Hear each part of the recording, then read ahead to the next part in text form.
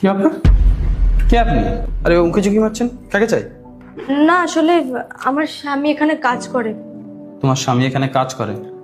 তো এখানে কেন দাঁড়িয়ে আছো? ভিতরে যাও না। ওর সাথে সকালবেলা আমার একটু ঝামেলা হয়েছে, তাই কিছু না খেয়ে অফিসে চলে এসেছে। এমনকি ও রাত্রেবেলাও কিছু খায়নি।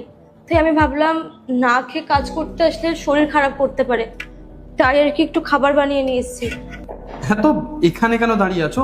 এত যখন কষ্ট করে এসছো, খাবার বানিয়ে এনেছো, তো যাও না, নিজে গিয়ে দিয়ে এসো। না না, গেলে হবে না।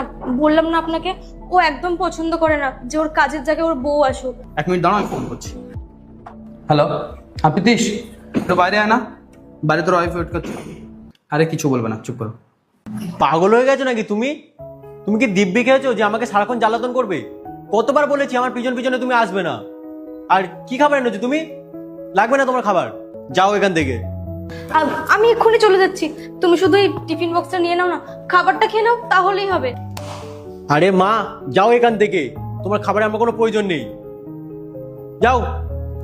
আচ্ছা ঠিক আছে, আমি চলে যাচ্ছি। দাঁড়াও, খাবারটা দাও আমার কাছে। আরে দাও, ধর এটা চুপচাপ ধর।